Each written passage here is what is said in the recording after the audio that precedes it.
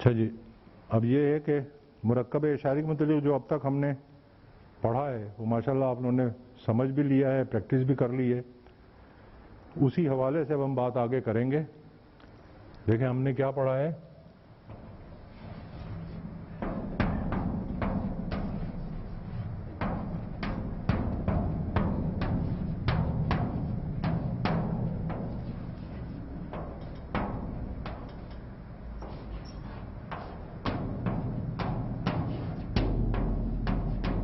اس کے فرق کو تو اب آپ بڑی آسانی سے پہچان سکتے ہیں نا. یہ مشارون لہ ہے، یہ کتاب، اور یہ جملہ ہے، یہ کتاب ہے. اسی طرح سے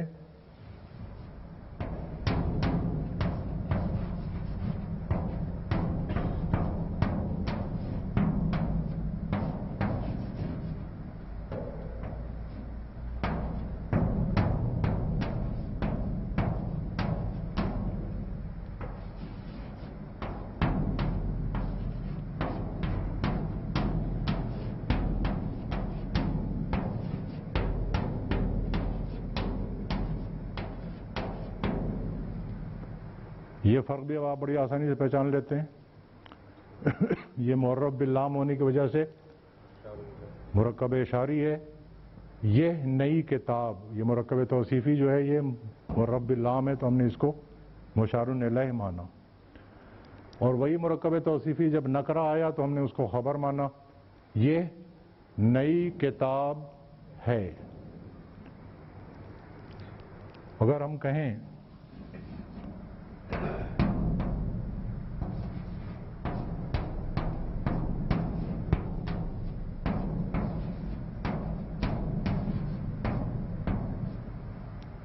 اب اس کو کیا مانیں گے؟ کتاب الولدی جو ہے یہ مرکب اضافی ہے. نہ تو اس پہ لام تعریف آ سکتا، نہ اس پہ تنوین آ سکتی. میری مراد ہے مضاف سے کتاب. اب اس کو ہم اس میں اشارہ اور مرکب اضافی کو مشارون الیہ مانے اور اس لحاظ سے ترجمہ کریں، یا اس میں اشارہ کو مبتدا مانے اور مرکب اضافی کو اس کی خبر مانے اور اس لحاظ سے ترجمہ کریں. مسئلہ یہ ہے. ابھی تک تو ہم معرب باللام کے ذریعے پہچان لیتے تھے. یہاں پہ آ کے گاڑی اٹک جاتی ہے، اس لیے کہ مضاف پر نہ تو لام تعریف آ سکتا ہے نہ تنوین آ سکتی ہے. تو اس کا قاعدہ یہ ہے کہ اس کو ہم مبتدا مانیں گے اور مرکب اضافی کو ہم خبر مانیں گے. اب کیا ترجمہ ہوگا؟ یہ لڑکے کی کتاب ہے. ٹھیک ہے. اور اگر ہم یہ کہنا چاہیں کہ لڑکے کی یہ کتاب، یعنی ہم کتاب کی طرف اشارہ کرنا چاہیں تو پھر کیا صورت ہوگی؟ یہاں پہ تو بات ختم ہو گئی ہے، تو اس لیے اس کا طریقہ پھر یہ ہے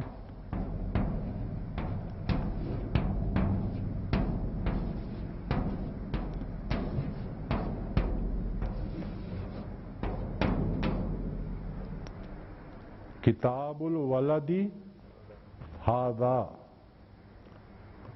یعنی اس میں اشارہ مرکب اضافی کے جب بعد آیا ہے تو یہ کس کی طرف اشارہ ہے؟ نو، جواب صحیح نہیں آ رہا ہے. جواب صحیح نہیں آ رہا ہے. مضاف کی طرف.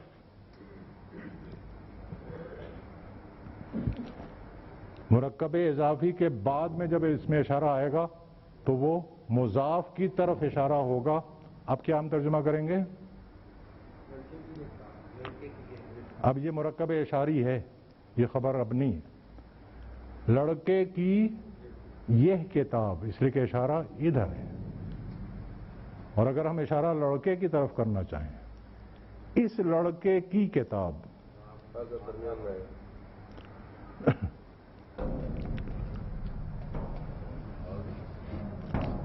اب جو ہم نے قاعدہ پڑھا تھا کہ مضاف اور مضاف الیہ کے درمیان میں عام طور پر کوئی لفظ نہیں آتا. اب اس قاعدے کو توڑنا پڑے گا، اس لیے کہ اور کوئی چارہ کار ہے نہیں. پہلے لگا کے ہم نے اسے مبتدا بنا دیا، آخر میں لگا کے ہم نے اسے مضاف کا اشارہ بنا دیا. اب مضاف الیہ کی طرف اشارہ کرنے کے لیے اور کوئی جگہ ہی نہیں بچتی سوائے اس کے کہ ہم درمیان میں لائیں. کتابو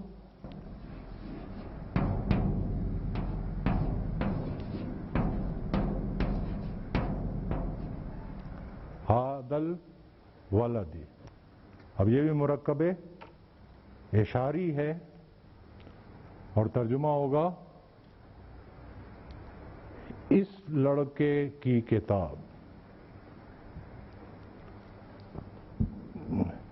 یہ تین اصول ہم نے سیکھے. یہ اس طرح سے کتاب میں چونکہ نہیں لکھے ہوئے ہیں، ذرا کاغذ قلم کھولیں، میں ڈکٹیٹ کر رہا ہوں اور آپ لکھ لیں.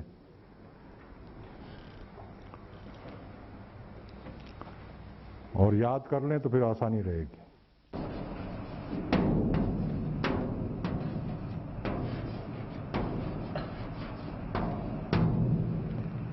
اتنی انگریزی تو آتی ہے نا. یہ جملہ اسمیہ ہے، دس از اے بک، یہ ایک کتاب ہے.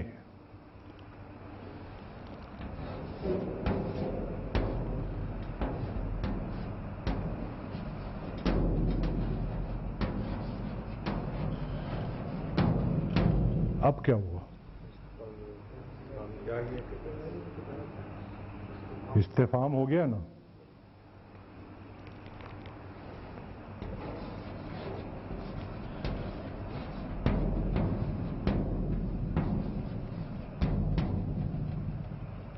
یہ کیا ہے؟ یہ بھی استفہام ہے، لیکن ان دونوں استفہام میں کوئی فرق یہ ہے کی کنجی ساری یہ ہے.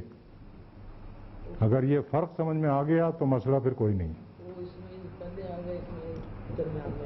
سینس میں کیا فرق ہے؟ کون پہلے آیا کون بعد میں آیا ہم بعد میں دیکھیں گے. دیکھیں یہ نوٹ کریں، واٹ از دس. اس میں اصل بات یہ ہے کہ لا علمی کا اعتراف کے ساتھ علم کی طلب ہے کہ مجھے نہیں پتا مجھے بتاؤ. یہی سینس ہے نا اس میں. لا علمی کا اعتراف ہے اور علم مانگ رہے ہیں کہ مجھے بتاؤ. اور اس میں کیا پوزیشن ہے؟ علم کا اظہار ہے کہ میرے خیال میں شاید یہ کتاب ہے، لیکن اس کی تصدیق مانگ رہے ہیں. سوال دونوں میں ہے لیکن سوال میں فرق ہے. ایک جگہ علم کی طلب ہے، لا علمی کا اظہار ہے. دوسری جگہ علم کا اظہار ہے اور تصدیق کی طلب ہے. انگریزی میں جب یہ سچویشن ہو کہ لا علمی کے اظہار کے ساتھ علم مانگا جا رہا ہو تو لفظ علیحدہ ہے واٹ. لیکن جب دوسری سچویشن ہو تو کوئی نیا لفظ استعمال نہیں ہوتا، بلکہ ورب کو مقدم کر کے وہ استفہام کا مفہوم پیدا کر لیتے ہیں. اردو میں کیا ہوتا ہے؟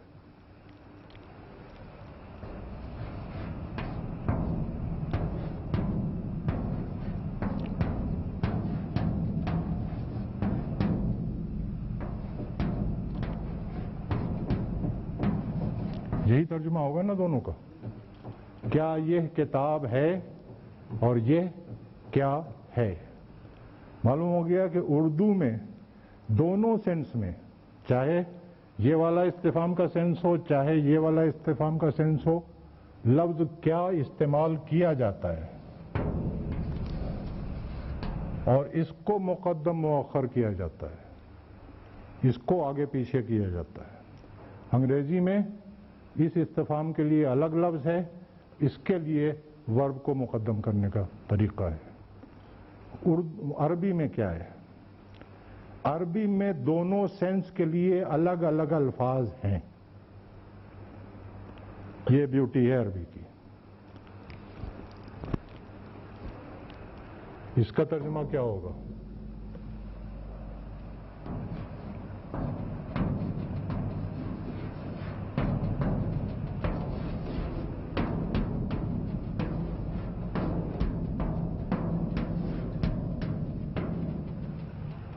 احاذا کتابن، یعنی پورا جملہ اسمیہ استعمال کیا ہے، اس میں بھی اردو میں بھی یہی، یہ کتاب ہے، پورا جملہ اسمیہ ہے، اس سے پہلے استفہام کا لفظ لگا ہوا ہے، وہی پورا اس میں جملہ اسمیہ ہے، ھذا مبتدا کتاب خبر، اور اس سے پہلے کیا لگا ہوا ہے؟ حرف استفہام۔ اب اس بات کو نوٹ کریں، اب آ اور حل کہنا چھوڑ دیں، حرف استفہام لگا ہوا ہے۔ واٹ از دس؟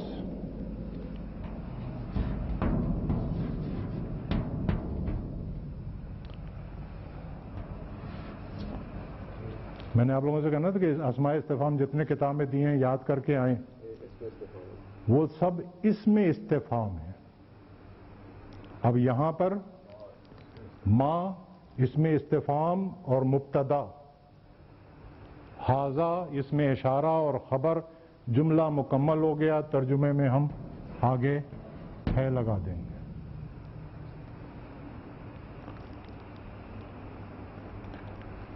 اور ہم نے یہ نوٹ کیا تھا کہ اردو اور عربی میں جملہ اسمیہ کی ترتیب سیم ہوتی ہے، دونوں میں مبتدا پہلے آتا ہے، خبر بعد میں آتی ہے، لیکن یہاں پہ اردو میں یہ ترتیب بدل گئی ہے۔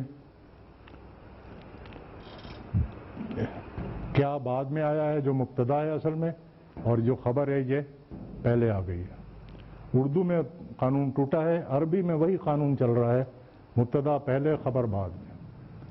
ما ھذا،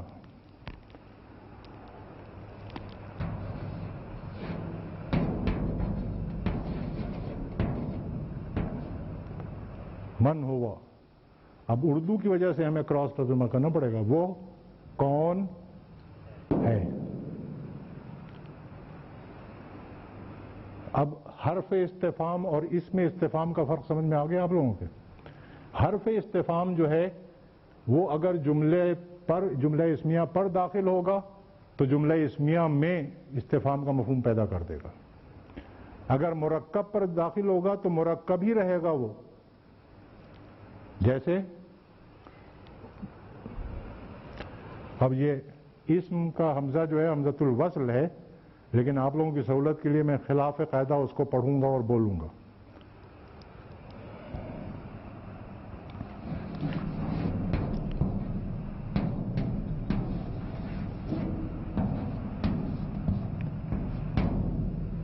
اسموں کا یہ مرکب اضافی ہے، اس پہ حرف استفہام آیا ہے تو یہ مرکب ہی رہے گا۔ کیا تیرا نام، بات پوری نہیں ہوئی، اب آگے خبر آئے گی کہ فلاں ہے، اور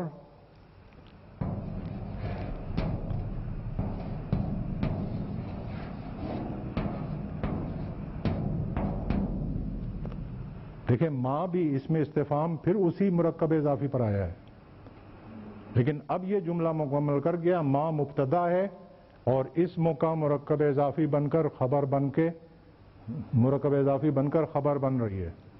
اب ترجمہ ہوگا تیرا نام کیا ہے۔ اسماء استفہام اور حرف استفہام میں یہی فرق ہے کہ حرف استفہام جو ہے وہ عام طور پر یہ جو ہے تصدیق طلب کرنے والا سینس، اپنے علم کے اظہار کے ساتھ تصدیق طلب کرنے والے سینس میں عام طور پر وہ آ اور حل، جسے ہم حرف استفہام کہتے ہیں، وہ استعمال ہوتا ہے۔ اور جہاں پر علم طلب کرنا ہے اپنی جہالت کے اعتراف کے ساتھ، وہاں پر عام طور پر اس میں استفہام استعمال ہوتا ہے اور وہ جملہ مکمل کرتا ہے۔ ہاں جی، حرف استفہام اور اس میں استفہام کا اصل میں فرق سمجھانا تھا آپ کو، وہ آ گیا سمجھ میں؟ وہ گھور گھور کے دیکھ رہا ہوں، مجھے خیریت ہے؟ نہیں آیا سمجھ میں؟ اچھا ہیں یا اس سے زیادہ بھی ہیں اور حل کے علاوہ؟ میں نے تو ابھی تک یہی 2 پڑھے ہیں، لیکن سنا ہے، مذاق نہیں کر رہا ہوں، سنا ہے کہ اور بھی ہیں۔ وہ ہماری جوریسڈکشن سے؟ ہاں، فی الحال ہماری جوریسڈکشن سے باہر ہے۔ چلیں جی، اب مشق کرتے ہیں۔ کتاب میں شاید نہیں دیا ہوا۔ کتاب میں بس اتنا دیا ہوا ہے کہ حرف استفہام ہے اور وہ اس میں۔ اچھا جی، تو کل ہم نے اس میں استفہام اور حرف استفہام کا فرق سمجھ لیا تھا، اور یہ بھی دیکھ لیا تھا کہ اس میں استفہام جو ہے یہ مبتدا بن جاتا ہے، مبتدا بن کے آتا ہے عام طور پر۔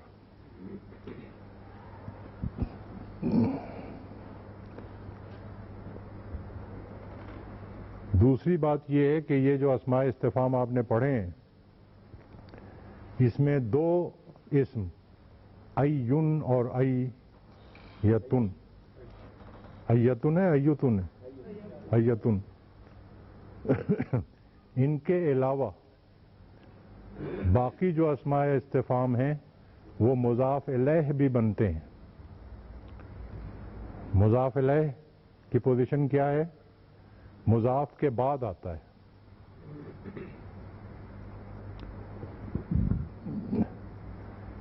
اس صورت میں پھر یہ مرکب اضافی کا ترجمہ ہوگا، جملہ مکمل نہیں ہوگا۔ جیسے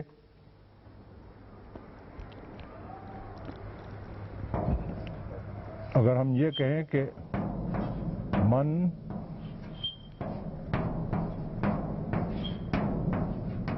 کتابن، کیا ترجمہ ہوگا؟ اس کی کتاب ہے لگائیں گے کہ نہیں لگائیں گے؟ کیوں؟ میں نے یہی تو بتایا تھا آپ کو کہ یہ مبتدا بنتا ہے، مبتدا پہلے آتا ہے، یا مبتدا ہو گیا، یہ اس کی خبر ہو گئی۔ کتاب کس کی ہے؟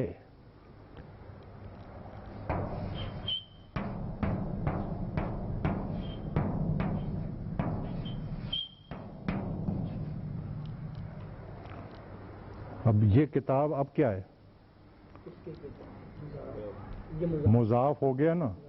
میں نے کہا تھا نا کہ مضاف کو پہچاننا سب سے آسان کام ہے، دور سے پہچانا جاتا ہے۔ جیسے اگر آدمیوں کی بھیڑ ہو اور کسی آدمی کو تلاش کرنا ہو تو بھیڑ میں گھسنا پڑے گا، ایک ایک چہرے کو غور سے دیکھنا پڑے گا، لیکن اگر اس میں 2 خاصیتیں ہوں، میری طرح لمبا بھی ہو اور میری طرح گنجا بھی ہو، تو دور سے پہچان لیں گے آپ کی یہ رہا۔ مضاف جو ہے وہ لمبا بھی ہے، گنجا بھی ہے، نہ اس پہ لام تعریف ہوتا ہے اور نہ تنوین ہوتی ہے، دور سے پہچانا جاتا ہے۔ تو یہ مضاف ہو گیا اور یہ اب اس کا مضاف الیہ ہو گیا۔ حالت جر میں کیوں نہیں آیا؟ ہم پڑھ چکے ہیں کہ اسماء استفہام جتنے ہیں ایون اور ایتن کے علاوہ سب مبنی ہیں۔ اب یہ محلن یا حالت جر میں ہے، اب کیا ترجمہ ہوگا؟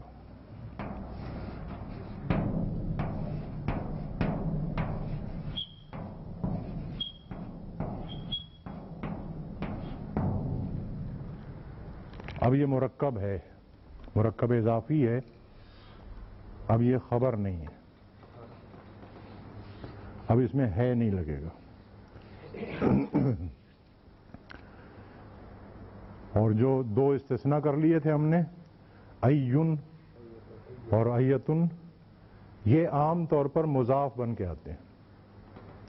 بقیہ اسماء استفہام جو ہیں مبتدا تو سارے بنتے ہیں، لیکن بقیہ اسماء استفہام مضاف الیہ بنیں گے عام طور پر، اور ایون اور ایتن جو ہے یہ مضاف الیہ مضاف بنے گا، یعنی اس کی تنوین ختم ہو جائے گی۔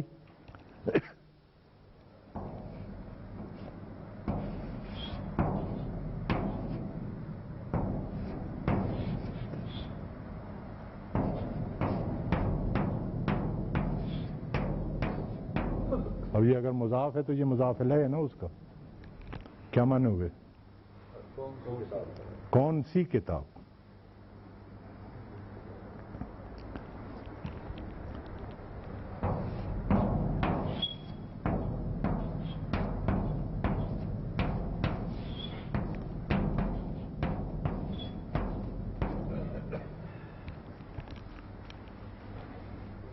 ایتو مضاف ہے اور اشاتی اس کا مضاف الیہ ہے. کون سی بکری یہ استعمال ہے ان کا.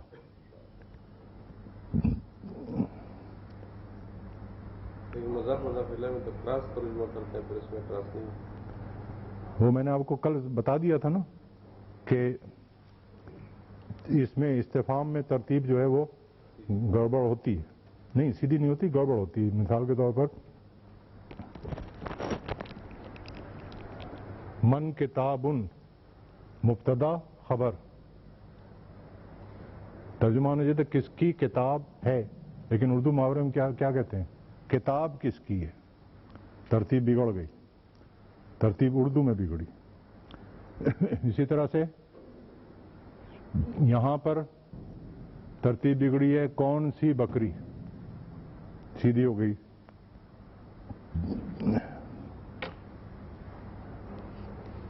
اور دوسرا جو آپ نے یاد کیا تھا کہ اسماء استفہام پر حروف جارہ بھی داخل ہوتے ہیں اور اس کی وجہ سے معنی میں کچھ تبدیلی آتی ہے. اس میں خاص طور سے جب کسی اس میں استفہام پر لام زیر لی داخل ہوتا ہے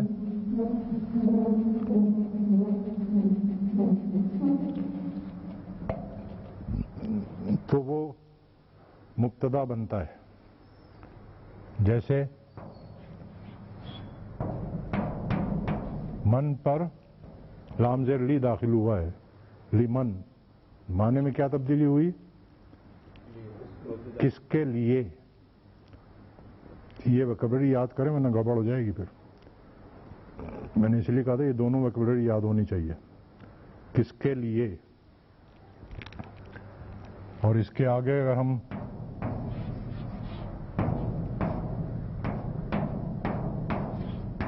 الکتابوں لگائیں تو یہاں پہ کوئی چینج آئے گا؟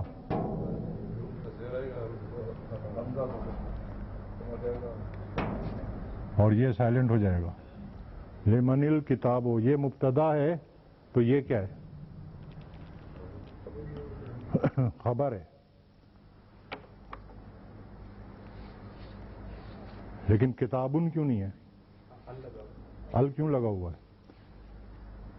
خبر میں ہم نے یہی پڑھا تھا نا کہ عام طور پر خبر جو ہے وہ نکرہ ہوتی ہے، لیکن کوئی استثناء بھی تو پڑھا تھا، وہ یاد ہے کہ نہیں؟ پہلا استثناء کیا پڑھا تھا ہم نے؟ پہلا استثناء یاد کریں. الف لام تو دوسرے استثناء میں بھی لگتا ہے، پہلے میں بھی لگتا ہے.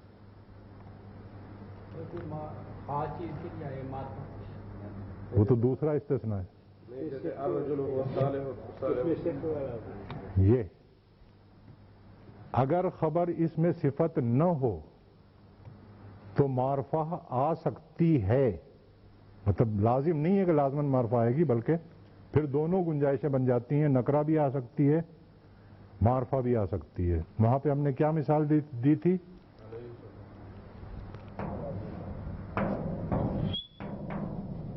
انا مبتدا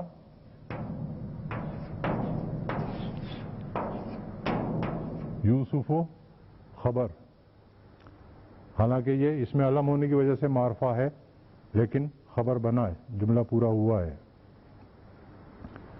کتاب کیا ہے؟ اس میں صفت ہے؟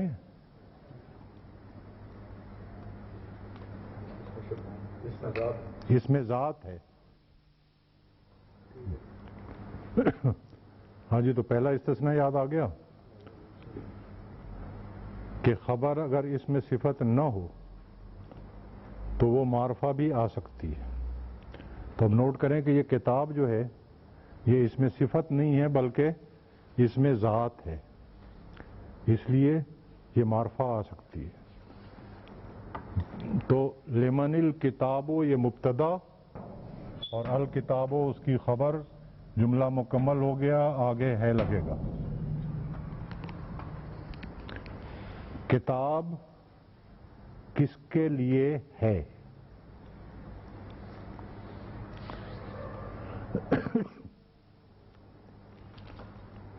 یہ اردو محاورے کے حساب سے کریں گے تو پھر ہمیں کراس کرنا پڑے گا. کتاب کس کے لیے ہے، اور تحت اللفظ ترجمے میں بھی مفہوم سمجھ میں آ جائے گا کس کے لیے کتاب ہے۔ اصل مسئلہ جو ہے وہ ہے لگانے کا ہے، جملہ مکمل کرنے کا۔ ایک گزارش ہے، صفحہ 98 پر لمن کا ترجمہ کس کا کیا ہوا ہے؟ کس کا، کس کے لیے، ایک ہی بات ہے۔ اچھا جی، اب تک جو باتیں بتائیں یہ سب کتاب میں لکھی ہوئی ہیں، اور اب جو بات بتا رہا ہوں یہ آدھی کتاب میں لکھی ہوئی ہے اور آدھی کتاب میں نہیں لکھی ہوئی ہے۔ پہلے سمجھ لیں، بلیک بورڈ پہ میں چھوڑ دوں گا، وہ بعد میں آپ بلیک بورڈ سے نوٹ کر لیجیے گا۔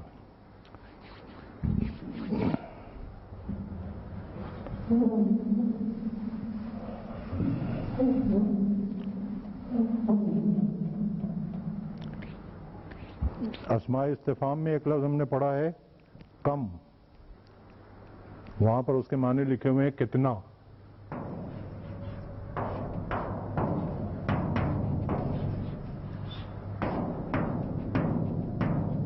لیکن اس کے ایک معنی اور ہوتے ہیں،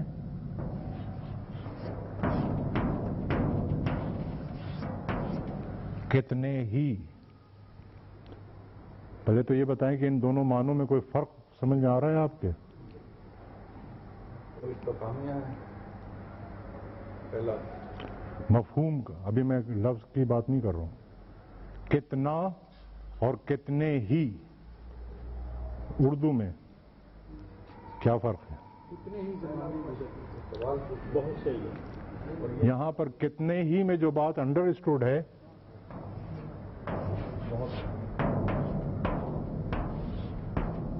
بہت سارے۔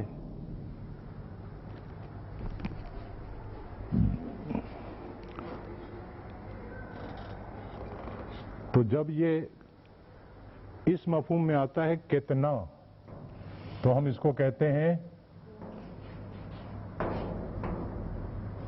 کم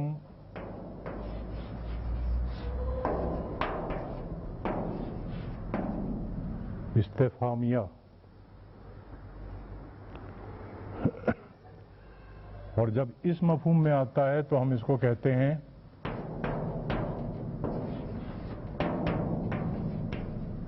کم خبریہ۔ اب اس کو ذرا محاورے کے حساب سے سمجھ لیں۔ یہ سیب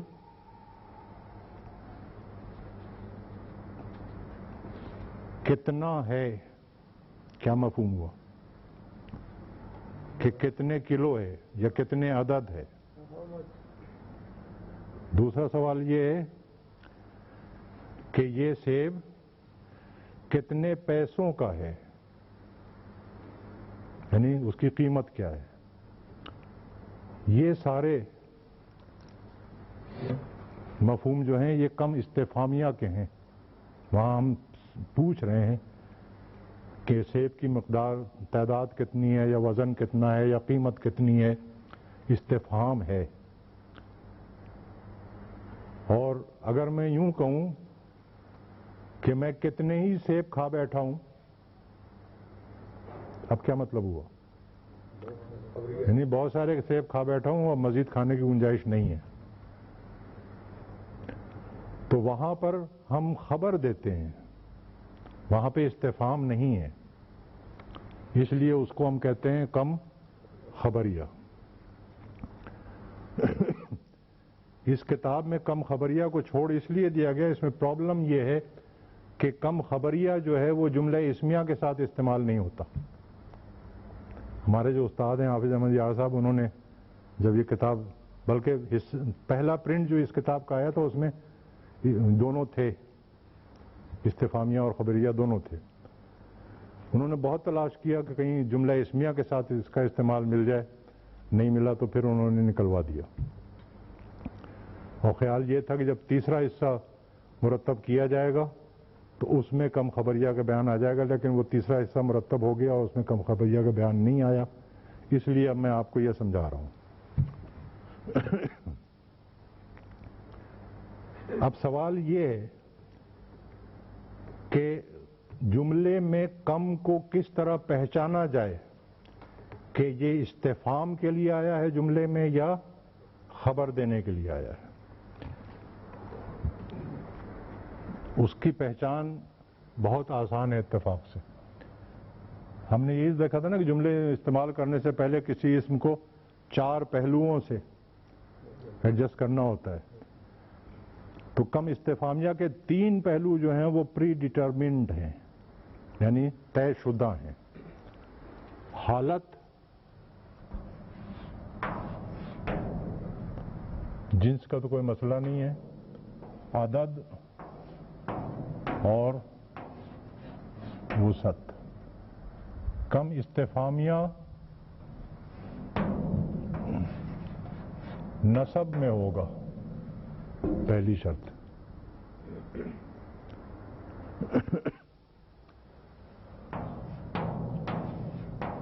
واحد آئے گا، دوسری شرط. اور نکرہ آئے گا.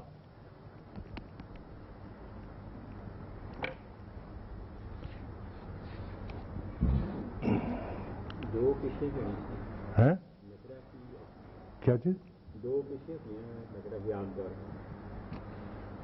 اگر رفع میں ہو تو، نصب میں ہوگا تو کیا ہوگا؟ تو وہ 2 بس. ابھی تو یہ سمجھیں آپ کہ کم استفہامیہ جو ہے وہ نسب میں آئے گا، واحد آئے گا، نکرہ آئے گا. جیسے اگر ہم پوچھیں کہ یہ سیب کتنے کا ہے، یعنی قیمت معلوم کرنا چاہتے ہیں، تو ہم اور ہیں اتفاق سے سعودی عرب میں، تو ہم کہیں گے کم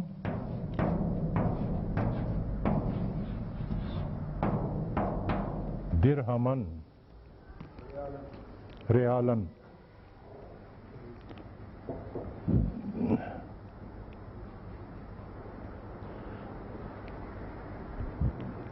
یہ عدد والا مسئلہ نوٹ کریں، اردو اور عربی میں فرق ہے.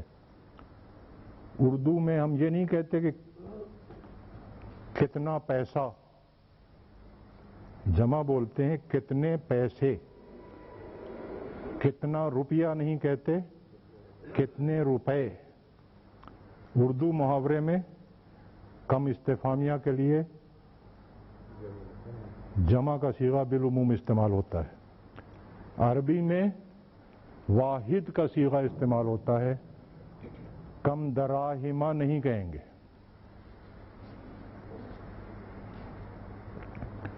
اور نسب اور نکرہ.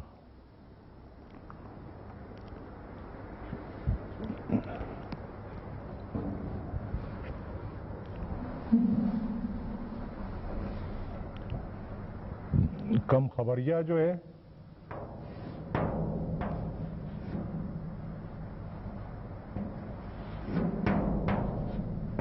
حالت جر، عدد کی کوئی کنڈیشن نہیں، نکرہ.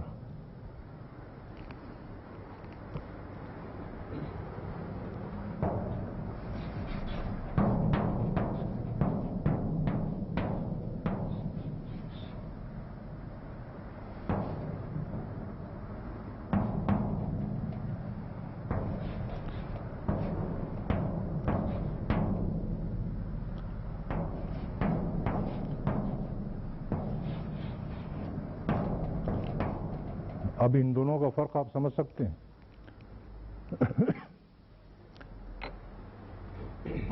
کم درہمن کا مطلب ہے کتنے درہم، اور آگے پھر سوال آئے گا کتنے درہم کا یہ ہے، یا کتنے درہم تمہارے پاس ہیں، تمہاری جیب میں کتنے درہم ہیں، تم نے کتنے درہم خرچ کیے، کتنے درہم. یہ سوال جو ہے یہ کم درہمن آئے گا. اور کم درہمن کا مطلب ہے کتنے ہی درہم. اور عام طور پر پھر اس کے لیے اس کے بعد وہی خبر جو ہے وہ جملہ فعلیہ میں بن کے آتی ہے، کتنے ہی درہم میں نے خرچ کیے، یعنی میں نے بہت سارے درہم خرچ کر دیے. کتنے ہی درہم میں نے کمائے، میں بہت سارے درہم کما چکا ہوں. تو وہ درہمن. اور یہ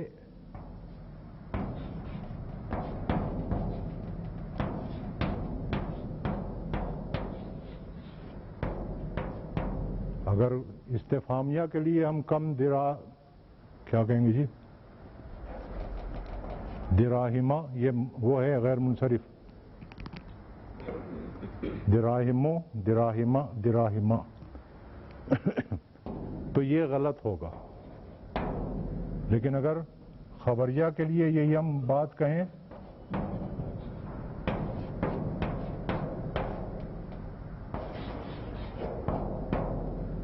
یہ حالت جر ہے تو یہ درست مانا جائے گا. مطلب یہ کہ کتنے ہی درہم، اس کے معنی بھی ہیں کتنے ہی درہم، اس کے معنی بھی ہے کتنے ہی درہم.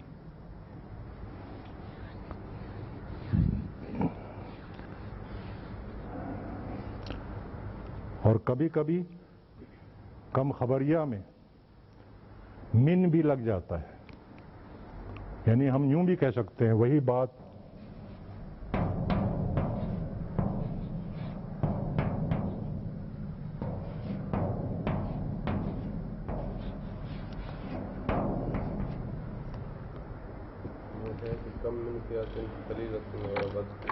میں نے اسی لیے آپ کو محنت کی ہے کہ قرآن مجید میں کم خبریہ کا استعمال زیادہ ہے اور زیادہ تر من کے ساتھ ہے. کم من قریۃ اہلکنا، ہم کتنی ہی بستیوں کو، وہاں یہ سوال نہیں کہ کتنی بستیوں کو ہم نے تباہ کیا، وہاں یہ سب کہنا ہے کہ کتنی ہی بستیوں کو ہم تباہ کر چکے، ہلاک کر چکے. تو کم خبریہ کا استعمال قرآن مجید میں زیادہ ہے.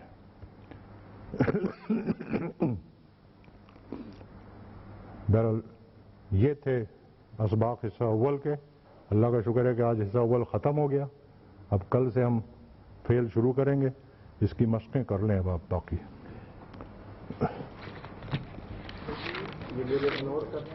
ہاں یہ نوٹ کر لیں.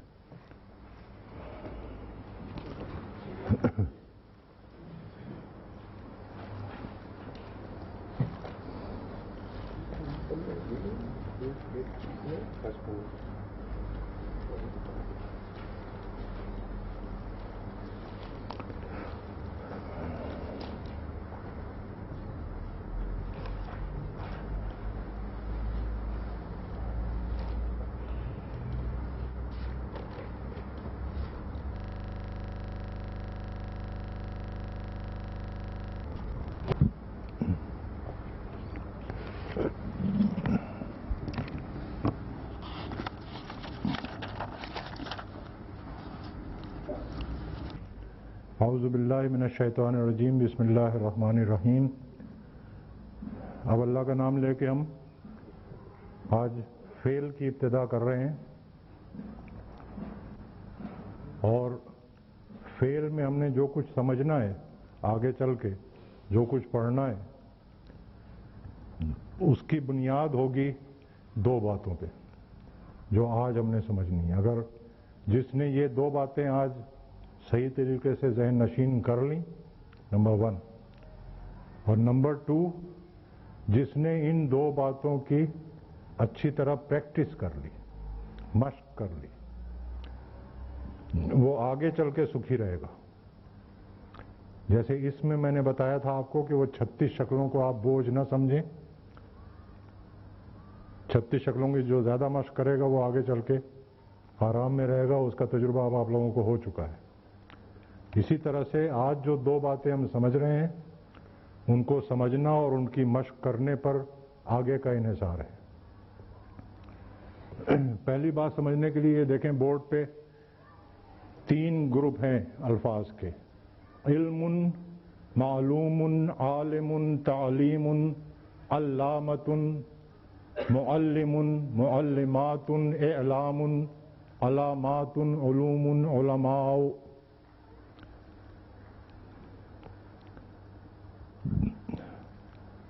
اسی طرح سے دوسرا گروپ ہے، پھر یہ تیسرا گروپ ہے.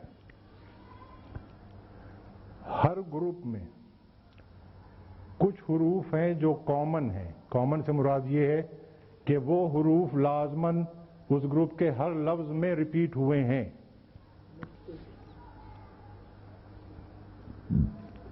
ان کو معلوم کرنے کا ایک طریقہ تو یہ ہے کہ جو زیادہ ذہین لوگ ہیں وہ اس پہ نظر ڈال کے ہی نکال دیں گے کہ یہ حروف جو ہیں یہ ریپیٹ ہوئے ہیں.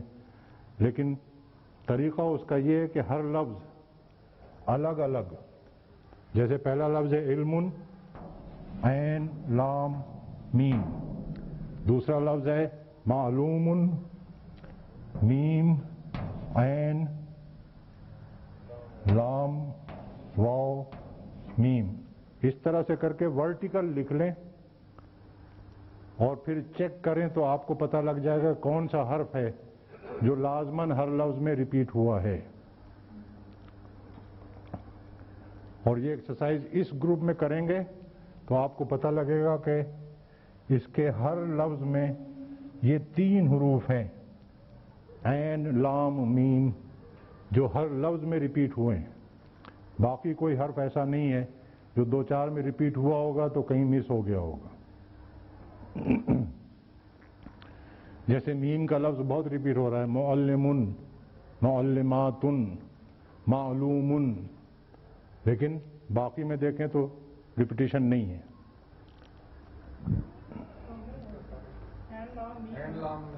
اچھا میم تو ہے، میم تو اس میں شامل ہے، واو ہے، الف ہے، اور حروف جو ہیں وہ ریپیٹ نہیں ہوئے ہیں. اسی طرح سے جو دوسرا گروپ ہے اس کو جب آپ اس حساب سے چیک کریں گے تو آپ کے سامنے جو بات آئے گی وہ یہ زا، را، زاد، را اور با، یہ کامن حروف ہیں ہر لفظ میں، اس گروپ کے ہر لفظ میں. اور تیسرا گروپ جب آپ چیک کریں گے تو پتہ لگے گا کہ اس میں قاف، دال، را، یہ 3 حروف ہیں جو سارے لفظوں میں کامن ہیں. تو اس سے ہمیں یہ پتہ لگتا ہے کہ عربی زبان کی یہ ایک خصوصیت ہے کہ اس کے 99% الفاظ کی بنیاد کسی نہ کسی 3 حرف پہ ہوتی ہے. اس کی مثال یوں سمجھ لیں،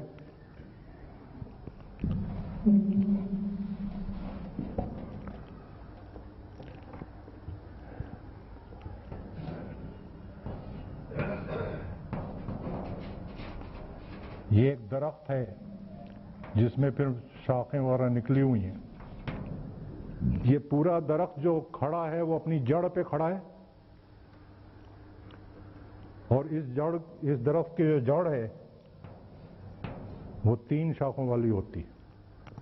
روٹس کہہ لیں آپ اسے، آج کل یہ لفظ خاصا مستعمل ہے. تو عربی زبان کے تقریباً 99% الفاظ کا ایک جڑ ہوتی ہے، کچھ روٹس ہوتی ہیں، اور وہ 3 حرفی مادوں پر مشتمل ہوتی ہیں. 3 حرف ہوتے ہیں.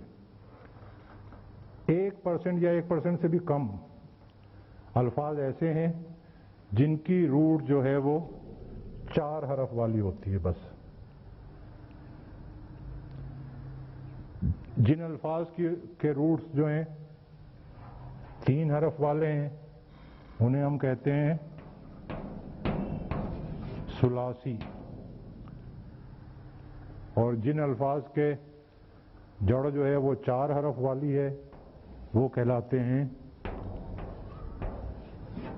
رباعی. ہم نے صرف ثلاثی پڑھنا ہے، رباعی اس کورس میں شامل نہیں ہے. اور اس کی وجہ یہ ہے کہ ایک تو یہ کہ رباعی کے الفاظ ویسے ہی بہت کم ہیں، اور ان میں سے بھی چند گنے چنے الفاظ جو ہیں وہ قرآن مجید میں استعمال ہوئے ہیں. تو اس کے لیے اتنی مشقت کرنا کہ وہ سارے قاعدے اس کے یاد کیے جائیں، بہتر یہ ہے کہ جب کوئی رباعی کا لفظ آئے گا قرآن مجید میں تو ہم آپ کو اس کے معنی بتا دیں گے اور یہ بتا دیں گے کہ یہ رباعی ہے. That's all. پھر ہم آگے چلیں گے.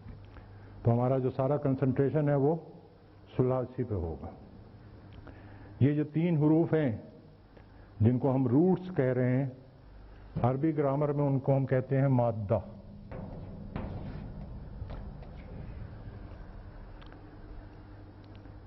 یعنی اب ہم ٹیکنیکل زبان میں بات کر سکتے ہیں کہ عربی زبان کے 99% الفاظ کا ایک سہ حرفی مادہ ہوتا ہے. 3 حروف کا ایک جڑ ہوتی ہے، روٹس ہوتے ہیں. اچھا جی، تو عربی زبان کی ایک خصوصیت جو ہم نے سمجھی ہے، اب اس کو ہم ٹیکنیکل الفاظ میں یوں کہہ سکتے ہیں کہ 99% عربی زبان میں الفاظ وہ ہوتے ہیں جن کا ایک سہ حرفی مادہ ہوتا ہے. 3 حروف ہوتے ہیں جو لازماً اس لفظ سے بنے ہوئے تمام الفاظ میں استعمال ہوں گے. ہاں، کچھ مزید آگے چل کے مزید الفاظ حروف کا اضافہ بھی ہو جائے گا، لیکن وہ 3 حروف نہیں نکلیں گے. دوسری خصوصیت یہ ہے کہ کوئی خاص مفہوم دینے والے الفاظ ایک ہی سانچے میں ڈھلتے ہیں، جسے ہم کہتے ہیں نا کہ ڈائی کاسٹ ہو جاتی ہے، ایک سانچہ بن جاتا ہے. مثال کے طور پر اگر ہم ایک ڈائی بنوا لیں جس میں سے شیشی کی شکل اندر بنی ہوئی ہے، اب کسی بھی پلاسٹک کا مادہ آپ پگھلا کے اس ڈائی میں ڈالیں گے تو اس میں سے شیشی بن کے ہی نکلے گی. تو اسی طرح سے عربی زبان میں ایک سسٹم یہ ہے کہ کوئی خاص مفہوم دینے والے کسی بھی فعل کے کسی بھی مفہوم کے الفاظ ہوں گے، وہ اسی سانچے میں ڈھلیں گے، اسی ڈائی میں کاسٹ ہوں گے. مثال یوں سمجھ لیں کہ کسی کام کو کرنے کا مفہوم دینے والے جتنے بھی الفاظ ہیں ان کی ایک خاص ساخت ہے. جیسے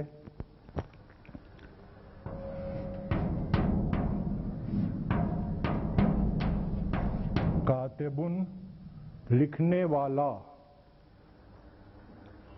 اس میں کاف تا با مادہ ہے، لکھنا، اور اس فعل کو کرنے والا یعنی لکھنے والا.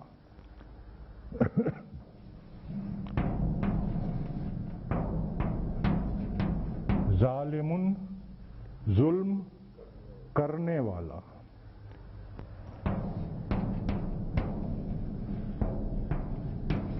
راحمن، رحم کرنے والا.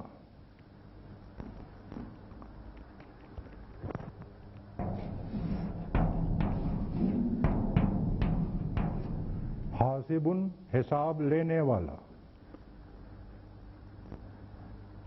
کامن فیچر کیا ہے ان تمام مفہوم میں؟ جس فعل کا جس کام کا ذکر ہو رہا ہے وہ کام کرنے والا. تو ان تمام الفاظ میں آپ کو نظر آ رہا ہے کہ خاص سانچے میں یہ ڈھلے ہوئے الفاظ ہیں. تمام الفاظ جو ہیں وہ اسی سانچے میں ڈھل کے نکل رہے ہیں اور وہی مفہوم دے رہے ہیں.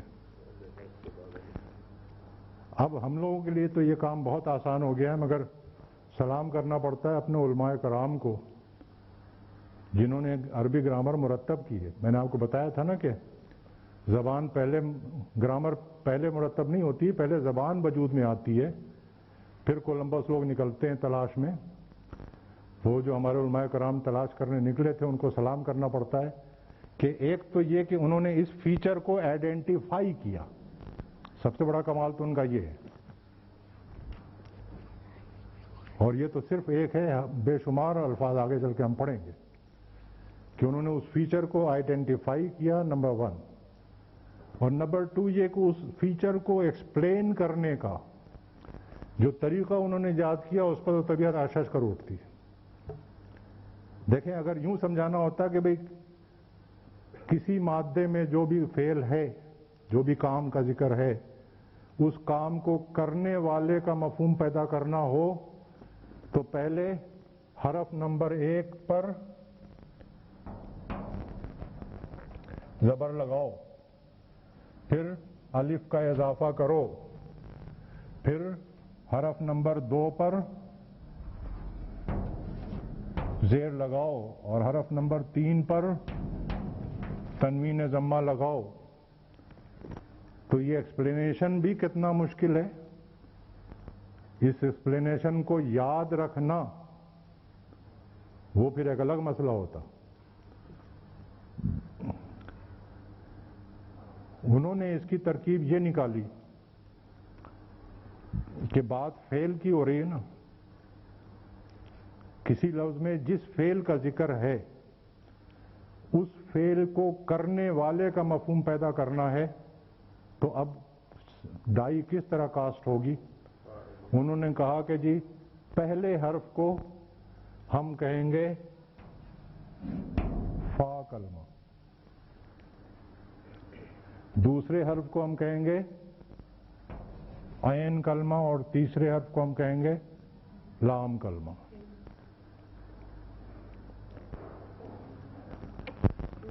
اور بجائے یہ سمجھانے کے کہ فا کلمے پر زبر لگانی ہے، الف کا اضافہ کرنا ہے، عین کلمے پر زیر لگانی ہے، لام کلمے پر تنوین ضمہ دینی ہے، کہنے کے بجائے انہوں نے کہا کہ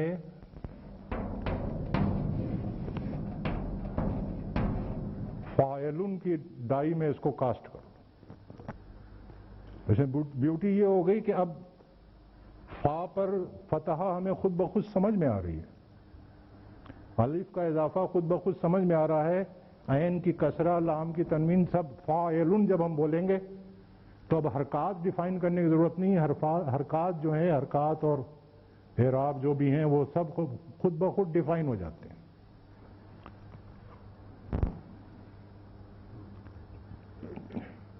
تو یہ جو انہوں نے اس کا حل نکالا ہے، اس پہ واقعی سر جھک جاتا ہے ان کی عظمت پہ.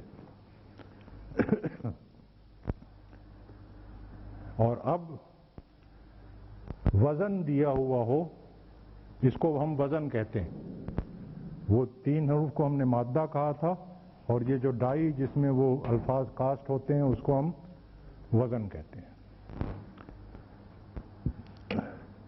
وزن دیا ہوا ہو تو کوئی بھی 6 حرفی مادہ ہم بڑے آرام سے اس میں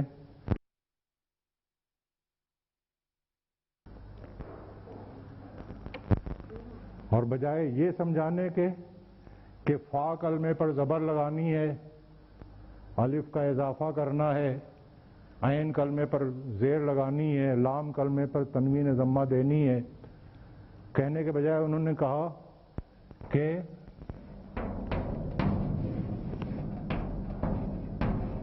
فاعلن کی ڈائی میں اس کو کاسٹ کرو.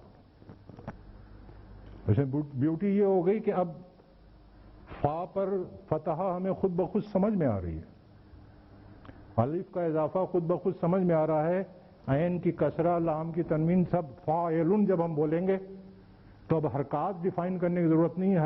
حرکات جو ہیں، حرکات اور اعراب جو بھی ہیں وہ سب خود بخود ڈیفائن ہو جاتے ہیں.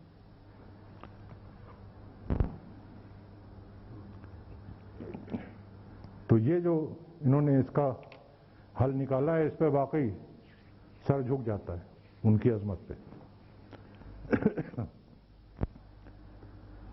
اور اب وزن دیا ہوا ہو، اس کو ہم وزن کہتے ہیں. وہ 3 حروف کو ہم نے مادہ کہا تھا، اور یہ جو ڈائی جس میں وہ الفاظ کاسٹ ہوتے ہیں اس کو ہم وزن کہتے ہیں. وزن دیا ہوا ہو تو کوئی بھی 6 حرفی مادہ ہم بڑے آرام سے اس میں کاسٹ کر سکتے ہیں. مثال کے طور پر یہی لے لیں، فاعلون کا وزن.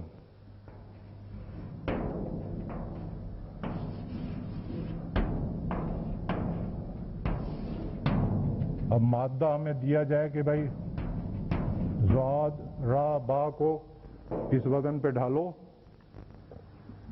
تو ہم کیا کریں گے کہ فا کی جگہ ضاد لائیں گے، عین کی جگہ را لائیں گے، لام کی جگہ با لائیں گے. Step number 1. اسٹیپ نمبر 2، اس وزن میں جو بھی حرکات ہیں ان کو نہیں چھیڑیں گے، وہ ایز اٹ از رہیں گی. جو بھی ایڈیشنل حروف آئیں گے وہ بھی ایز اٹ از رہیں گے. ان پر اگر کوئی حرکات ہیں تو وہ بھی ایز اٹ از رہے گی. تو فا کی جگہ زواد لانا ہے, اس پر یہی فتح آئے گی, الف کا اضافہ ہوگا. عین کی جگہ را لانا ہے, اس پہ کسرہ آ جائے گی. لام کی جگہ با آئے گی اور اس پہ تنوین آئے گی. غاربن مارنے والا, ضربن مانے مارنا, غاربن مانے مارنے والا. اور اگر یہ مفہوم پیدا کرنا ہو کہ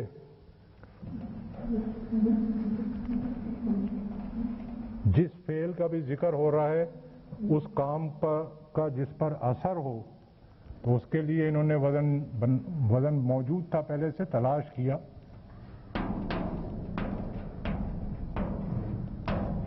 مفعول, وہی مادہ اگر ہم مارا ہوا کرنا ہے تو اب کیا ہوگا؟ دیکھیں فا کی جگہ زواد آئے گی, عین کی جگہ را آئے گی, لام کی جگہ با آئے گی. میم اضافی ہے, یہ ایز اٹ از رہے گا, اس کی فتحہ برقرار رہے گی. واو اضافی ہے, یہ ایز اٹ از رہے گا, اس کی علامت سکون برقرار رہے گی.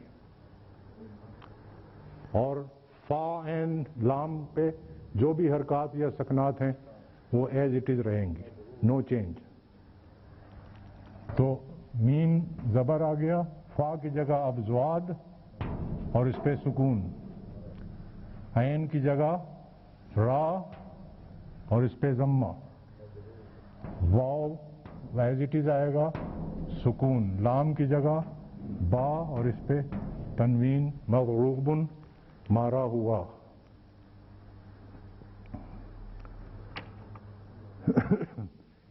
یہ دو وزن جو میں نے آپ کو بتائے یہ بہت آسان ہے. آسان اس لیے کہ اردو میں بے تحاشا مستمل ہے, اس لیے آسان ہے. ہیں؟ ہاں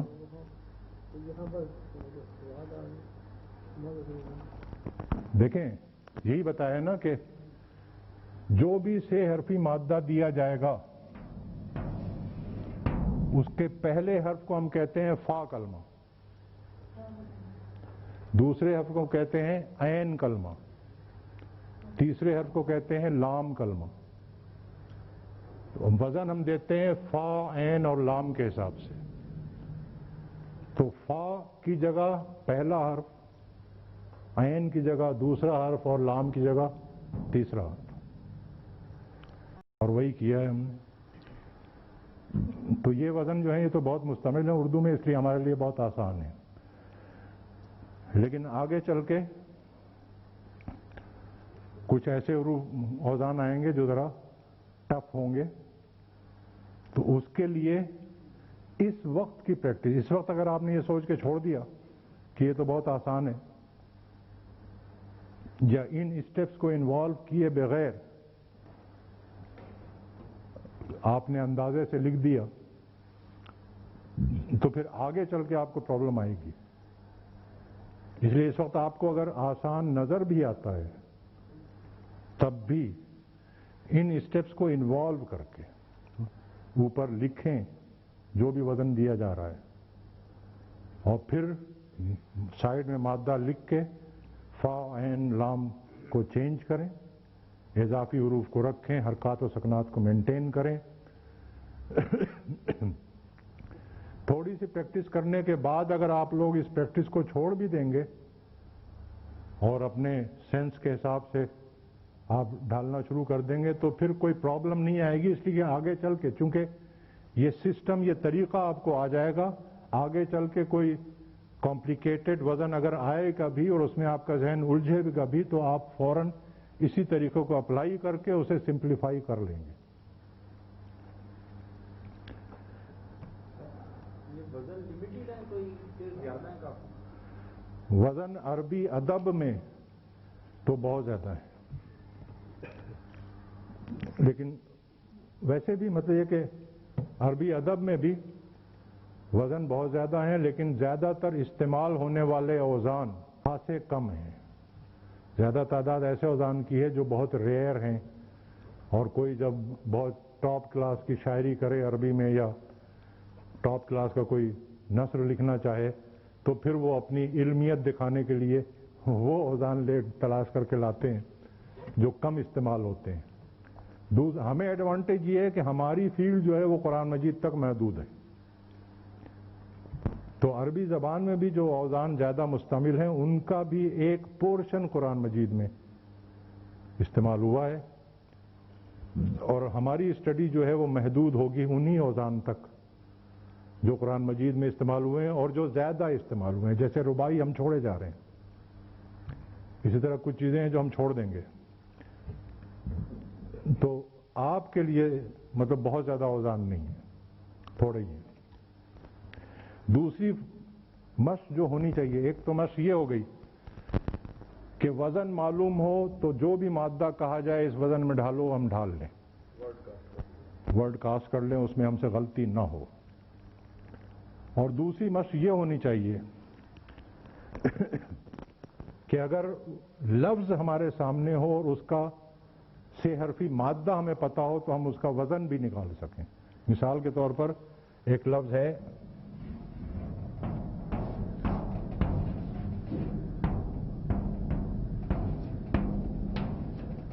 مکاتیب، ہمیں یہ بتا دیا گیا کہ اس کا مادہ جو ہے وہ ہے کاف، تا اور با۔ اب اس کا وزن نکالنا ہے ہم نے، تو کوئی مسئلہ نہیں ہے۔ کاف یہ ہے، اس کی جگہ آپ فا لے آئیں، تا ہے اس کی جگہ آپ عین لے آئیں، با ہے اس کی جگہ آپ لام لے آئیں۔ باقی حروف جو ہیں وہ ایز اٹ از رہیں گے، ان کی سیکوینس بھی وہی مینٹین کرنی ہے، ان کی حرکات و سکنات بھی ایز اٹ از مینٹین کرنی ہے۔ تو میم پہ فتحہ ہے اور کاف کی جگہ فا آیا ہے، اس پہ کیا ہے؟ فتحہ ہے، اور الف اضافی ہے۔ عین کے نیچے کسرہ ہے اور اس کے بعد یا ساکن ہے، اور پھر لام، با کی جگہ لام لانی ہے اور اس پہ ضمہ لانی ہے۔ کیا وزن بنا؟ مفاعیل۔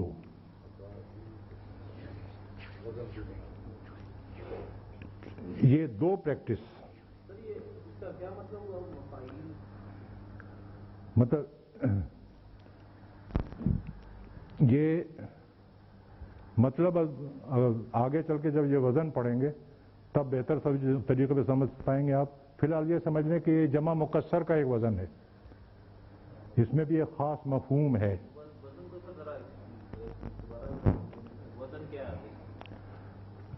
وزن میں نے ابھی آپ کو بتایا تھا نا کہ ہمارے علماء نے یہ آئیڈینٹیفائی کیا تھا کہ کچھ الفاظ ایک خاص سانچے میں ڈھل کے بنتے ہیں، اور وہ خاص مفہوم اگر دینا ہو تو اسی سانچے میں وہ اس ورب کا، اس فعل کا 3 حرفی مادہ ڈال دیں، وہ مفہوم پیدا ہو جائے گا۔ جیسے ضربن کے معنی ہے مارنا، مارنے والے کا مفہوم پیدا کرنا ہے تو فاعلن کا وزن انہوں نے نکال لیا۔ وہ سانچہ ڈیفائن انہوں نے اس طرح سے کیا ہے، بجائے اس کے کہ نمبر 1 2 3 کہتے، انہوں نے پہلے حرف کو فا کلمہ کہا، درمیانی کو عین کلمہ کہا، اور آخری کو لام کلمہ کہا۔ اور جو اضافی حروف ہوتے ہیں وہ ایز اٹ از رکھ کے وہ اس کو بول دیتے ہیں۔ فاعلن، مفعول، مفاعیل، مفاعیل، یہ تینوں وزن، یہ سب وزن ہے۔ تو اس وقت تو ہم نے یہ پریکٹس کرنی ہے کہ جو بھی وزن دیا ہوا ہو